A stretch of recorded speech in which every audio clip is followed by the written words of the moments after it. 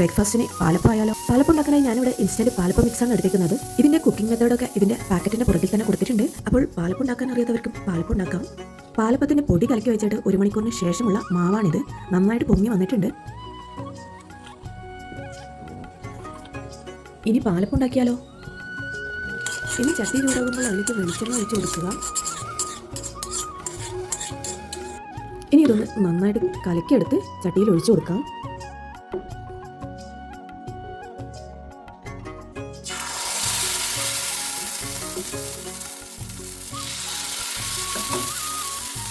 ഇനി ഇതൊന്ന് ഇതേപോലെ ചെയ്ത് കൊടുക്കാം.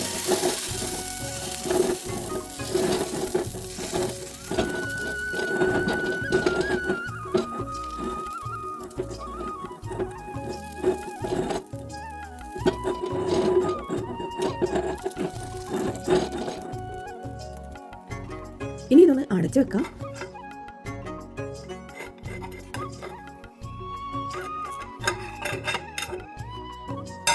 പാലപ്പം റെഡി ആയിട്ടുണ്ട്. അപ്പം ഇതൊന്ന് ഇളക്കിയെടുക്കണം. ഇതേപോലെ ഒരു സ്പൂൺ വെച്ച് അതിൻ്റെ സൈഡൊക്കെ ഒന്ന് ഇളക്കിയെടുക്കാം.